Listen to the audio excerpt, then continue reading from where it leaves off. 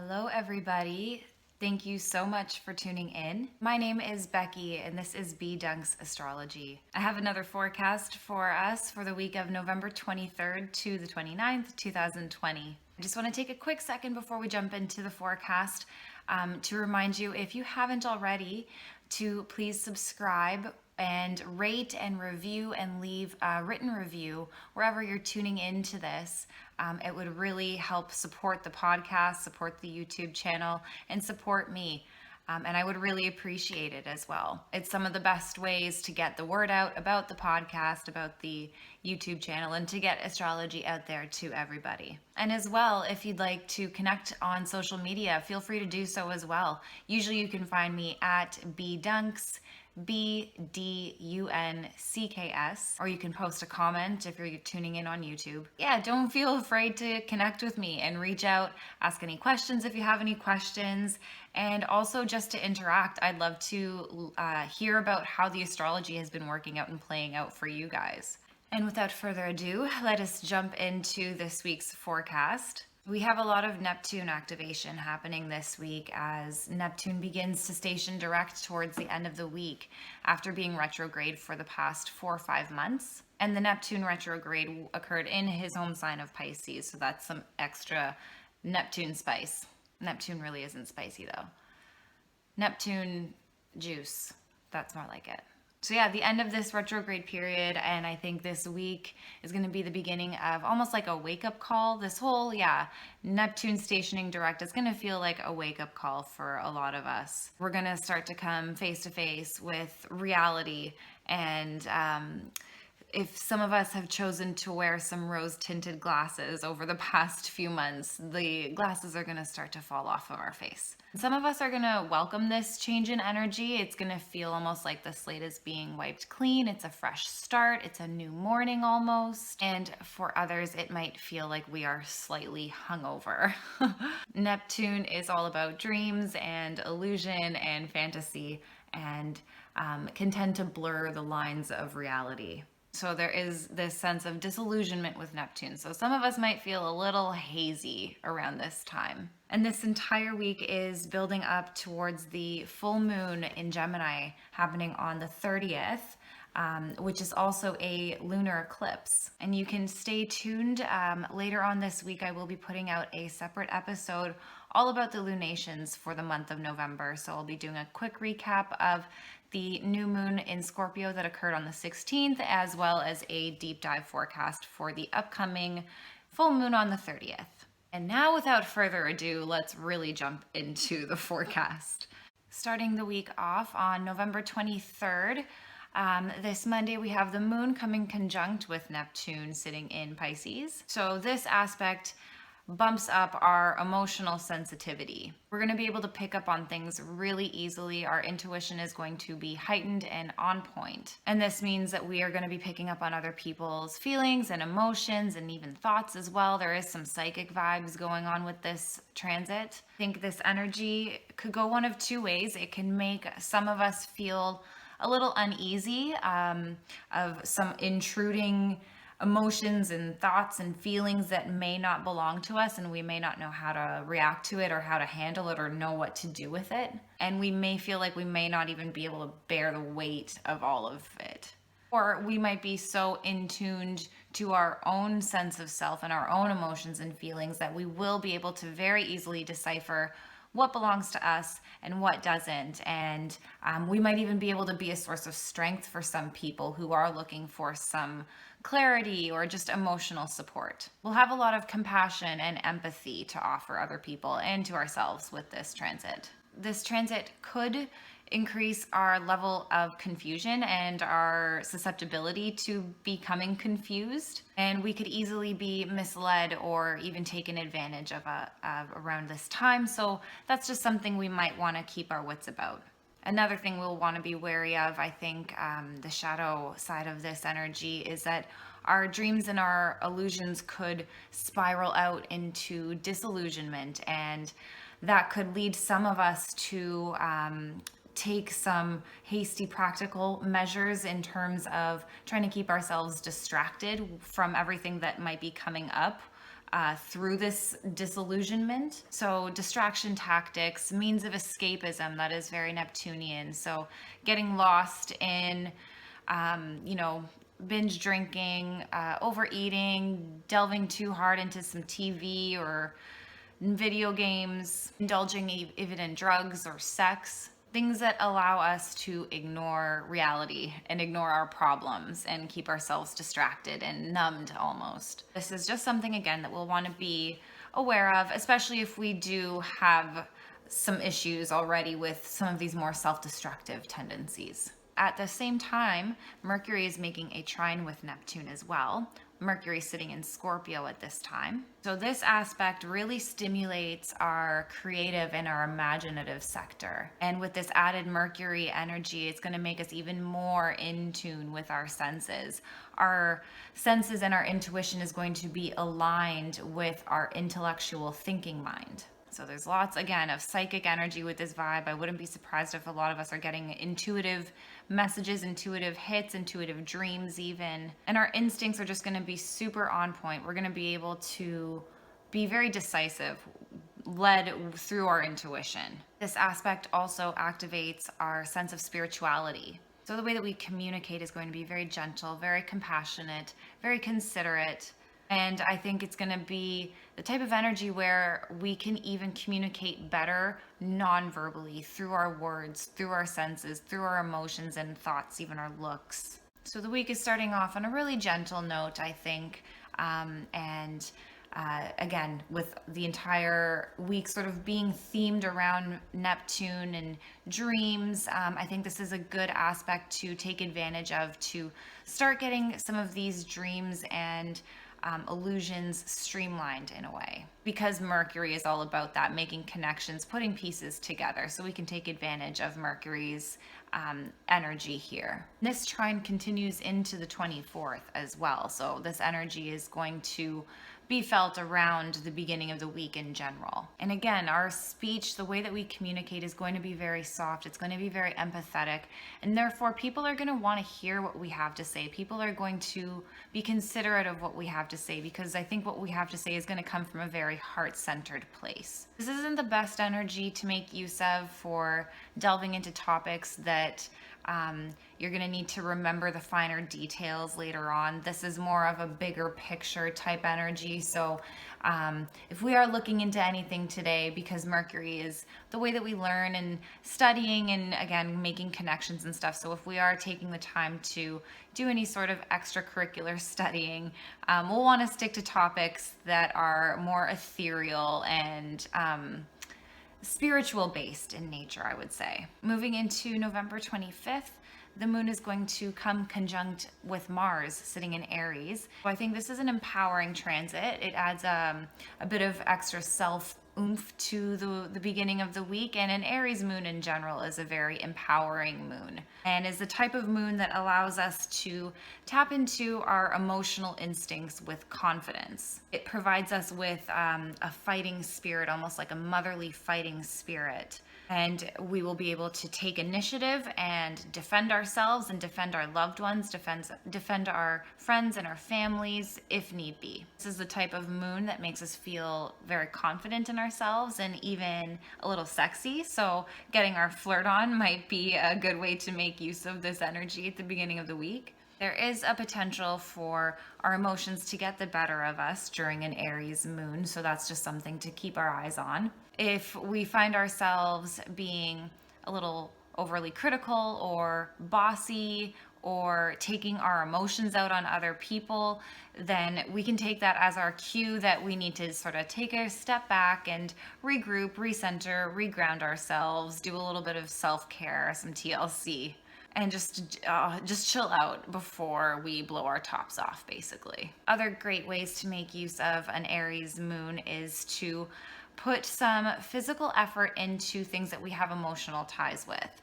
So whether we enjoy playing sports, I know it's like with everything with lockdown, there's not a whole lot of organized sports going around, but whether we can still participate in any sort of sport, or dancing would be a great physical way to get this energy out. Or this could even look like giving our homes a really good deep clean. Anything to keep ourselves moving and something that we are emotionally invested in. Moving into November 27th, Mercury in Scorpio is going to be making a sextile with Pluto sitting in Capricorn. So this aspect brings in even more of the same sort of energy that I've been rhyming off about for the past few episodes with Mercury sitting in Scorpio, because Pluto does rule Scorpio. So we're just seeing even more of this, the same sort of themes being activated here. These themes of powerful, impactful communication and secrets and messages and transformative information. And because this is a sextile aspect, an aspect of compatibility and escalation, is going to be an open door for this type of energy to have a free flow through, which means our thoughts and our thought processing in general is going to be thorough and intense and deep. We're going to have detective-like abilities to be able to pick up on anything that is unseen or unsaid. This energy provides us with a magnetism and an allure to the way that we communicate, and gives us almost an authority to the way that we communicate. And therefore, I think we're going to be able to easily convince people of ideas or perspectives that might normally be considered taboo or offside even. And our intuition, again, will be on point. So combine that with some sharp intellectual abilities. I think the power of the tongue is going to be with us all today. That sounded sexual. Oh, Scorpio. Let me rephrase that.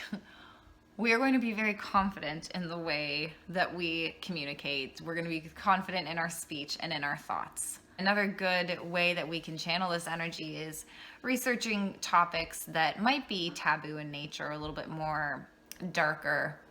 Learning a new language would be a good one too, or even etymology, like the study of language itself. The shadow side of this energy is a misuse and an abuse of power with the way that we communicate. So we will just want to be mindful of that, of anyone trying to take advantage of us, or of us even taking advantage of other people, because we will feel almost driven and really ambitious and empowered with the way that we're talking. We don't want to come across as dominating or threatening or misleading in any sort of way. Also on the 27th, we have Venus making an opposition with Uranus. Venus is also sitting in Scorpio, and Uranus is sitting retrograde in Taurus. So this aspect brings in some sudden or unexpected or rapid changes or shakeups to our relationships. This means that our love lives are going to see some more excitement. And with this opposition aspect, this aspect ultimately brings in an awareness of change, or an awareness that change needs to happen. A yearning for a shakeup of sorts. If you are currently coupled up and in a relationship, and your relationship is generally doing good and it's strong and secure and stable, I think it's a good thing that, and your relationship will likely be able to withstand this transit. And if anything, this energy will bring in for you, just again, an awareness that maybe something needs to be spiced up. Maybe you need to change up the routine a bit. Maybe start implementing a weekly date night or a monthly date night, or trying out a different type of date or something. You know, that's how solid, real connections and relationships last, is by experiencing new things together continuously, right? If we are single and dating, there are a few ways that this could play out for us, I think. You know, maybe for some of us, if we feel like our love life and our dating life is getting a little stale and boring, it could be a call for us to change the way that we approach dating. And Uranus is related to technology and new innovative technology. So maybe we could make use of the internet and technology and start exploring this. Maybe try a dating app if that's something that you've always been opposed to and want to now try possibly. or even go beyond the dating apps and start looking at new means of making connections with other people, joining community groups surrounding subjects that are of similar interest to you all, or even just reaching out to some people that you follow on Instagram even and starting a conversation. I can't tell you how many great friends that I've met that don't even live anywhere near me, just because we started to connect and communicate over Instagram. Ultimately, I think it's just a call for us to get out of our comfort zone and try new things and a new approach to the way that we are going about navigating our relationships with other people, with our love lives. And again, I said this so many times before, Venus is beyond romantic relationships, the relationships that we have with the things that we put worth and value into. So again, finances and material possessions and money and stuff, we're looking at those types of relationships as well. Also on this day, we have the sun making an aspect with Chiron sitting in Aries. So the sun just entered Sagittarius this past week, and now he's making a trine with Chiron in Aries. And ultimately, I think this trine is allowing us to see the wisdom of the wounded healer archetype of Chiron sitting in the warrior archetype of Aries right now, and ultimately using Chiron to channel the wisdom and the strength and the lessons that we've learned from past challenges and past struggles and traumas, and using that to help us with the things that we are facing today. The sun in Sagittarius is adventurous and an explorer archetype. And Sagittarius is a mutable, changeable fire energy that's ruled by the wide and expansive spiritual planet Jupiter. And so I think with this aspect, it's making us aware again of those traumas and wounds that have impacted our sense of self, that have impacted our identity, and on a spiritual level, on like a really higher mind level. And again, so some of these past wounds could be brought up into our awareness and into our consciousness during this time. And ultimately, it's presenting us with a choice of whether we want to revel in the emotions of it all and sort of just sit in the stories and the hurt and, you know, kind of just go boo-hoo, poor me. Or do we want to use it and make use of it and allow it to guide us through the things that we are facing here today in the now? And we can also help others as well who are dealing with similar challenges.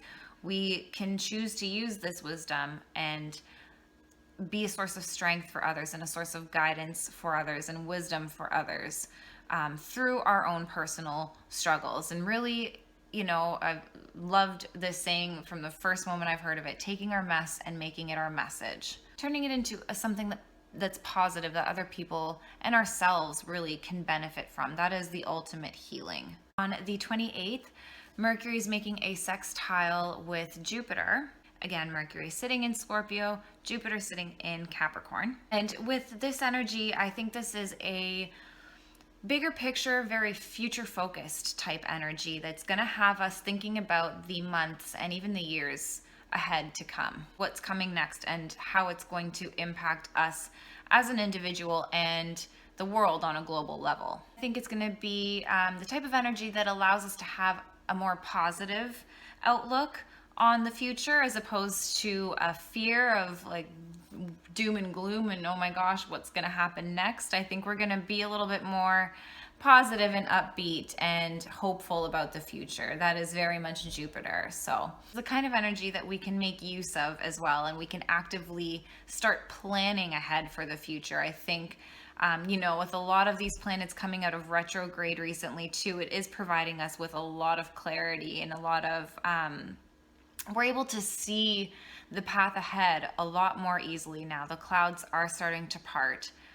And with that, I think it allows us to start making actual plans for the future. So I think this is some good energy to start making use of. We're going to have a lot of good fortune with the things and the ambitions and the goals and everything that we're just trying to plan for ourselves.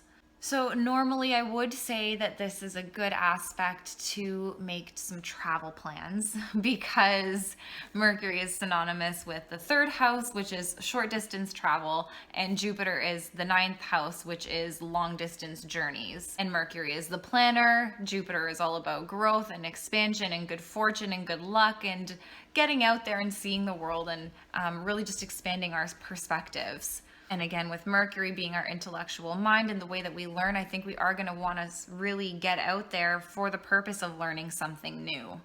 But because most of the world just went back into freaking lockdown again, I don't know how this message is going to land for people. I don't know if it's going to make people feel a little bit sour about the fact that we can't really travel and get out there right now. I know I'm personally a little bit bitter about that. However, I am still just going to say it because it is what it is. That's what the energy is. And regardless of all of the physical restrictions that we are all facing right now, there are still ways that we can get out there and sort of journey.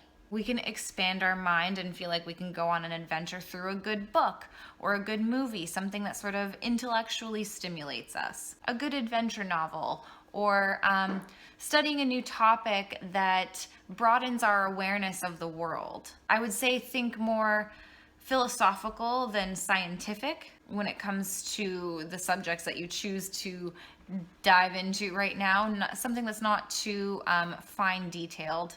Too much structure and too many boundaries and fine details might feel like a wet blanket on our spirit right now. So we would just want to keep our curiosity light and feed that curiosity through any means that we're able to. Even watching like a fun new documentary, that would be a good way. These are just some of the ways that we can attempt to sort of scratch that itch from the travel bug. I would also say this aspect offers us good, sound, balanced judgment, since again this is bigger picture energy. We will be aware of the bigger picture and cognizant of multiple perspectives. This is the kind of energy I think that's going to make us want to have a hand in every single cookie jar. We could even be a little bit scatterbrained throughout this transit, almost flitting from one source of entertainment to the next without any sort of guidance or purpose. It is ultimately driven by a sense of insatiable curiosity and really wanting to know a little bit about everything.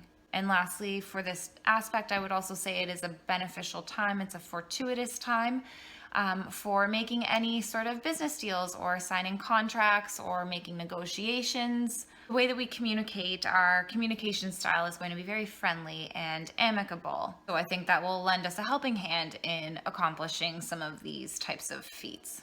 Also on the 28th, Neptune is finally starting to station direct. Neptune went retrograde back mid-June, I would say on June 23rd, 2020, in the home sign of Pisces. Because Neptune is one of the most outer planets,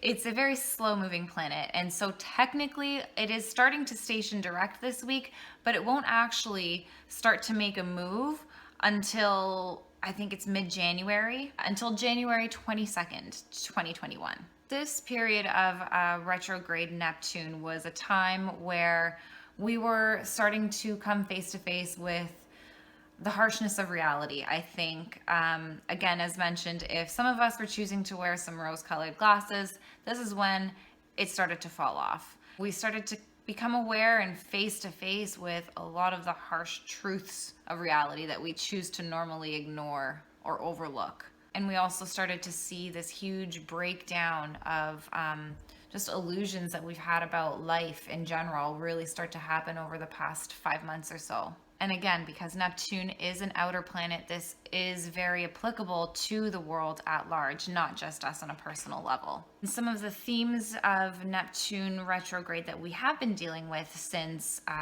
mid-June, we could start to see come to a turning point or some sort of close, or start to just see the loose ends begin to be tied up now. And over the course of the next couple months until January, when Neptune actually starts to move forward again. I think with that, I think we're gonna find a sense of peace, a sense of reconciliation with a lot of these harsher truths that we have had to digest over the past few months. All of these illusions, all of these things that we had so much faith in before, that we started to see crumble around us, that were hard to accept and hard to come to terms with. I think, again, this is just going to be almost an integration period over the next couple months. And I think, again, a lot of us are going to find some sort of peace with everything, with all of it. At the same time, Neptune is actually also making a sextile with the moon. And so again, building off of what I was just saying, I think this encouragement from the moon is going to offer us an emotional resiliency, an emotional awareness, an emotional intuition. And again, that helps us to find this sense of peace, because it provides us with the hindsight to realize that, everything is sort of happening for a reason. Everything, all of the challenges, all of the breakdowns, all of the disillusionment, and coming to see everything clearly now, we're seeing it clearly, all in due timing for the right reasons. Some of us could be really emotionally sensitive around all of these changes and the harsh realities, and might be struggling and having a harder time dealing with it all than others. But I think at the same time, for all of us, ultimately, it was changes and things that we're seeing now are things that we knew were coming. We intuitively knew were going to happen. And these are things that we knew we would have to come face to face with and accept ultimately, eventually. With Neptune going direct, I think the big main message here is for us to stay focused on our goals, stay focused on our dreams, stay focused on our mission, connect with our soul. The Neptune is associated with the 12th house. The 12th house is the last house in the zodiac wheel, and it's the house that bridges the self, the first house, with the 12th house, the other. And, starting at the first house is where we begin our journey, and going around the astrological wheel through all the signs. The soul goes on a journey, and when it reaches the last house, the 12th house of Neptune, it's where it's an integration period of recognizing everything is happening for a reason, and everything is related, everything is connected. And so I think there's a lot of empowerment to be found in that, and I think it will help us to stay clear and focused on our purpose if we are able to connect with our soul. And when I say soul, I'm not necessarily even talking about religion. I don't think the soul is inherently a religious thing or a spiritual thing per se. It is spiritual, but the soul is our essence. It is our purpose. It is the flame that keeps us alive. It is the thing that makes us get out of bed in the morning. And so when we can stay in tune with our souls, and stay in tune with what our soul's desires are and what we want for ourselves and our life and the world around us, I think that is the ultimate main message of Neptune going direct, and the things that we can use to help us stay focused and grounded and persevere through the next few months, and moving into this new era that 2021 is going to be bringing, this new 2020 decade. And end rant. Lastly, on the 29th, we do have the moon making her way into the sign of Gemini in preparation for the lunation, the full moon, the lunar eclipse that's happening on the 30th. But more details about that will be coming in next week's weekly forecast, so you'll have to stay tuned for that. And you can also stay tuned for the lunation episode that I will be putting out later on this week for the full moon and the new moons of November 2020. And with that being said, that is all I have for you guys this week. Thank you so very much for tuning in. I appreciate you so very much. And if you are enjoying these forecasts, there are a few ways that you can support and show some love. Again, as mentioned at the beginning, you could subscribe if you haven't already.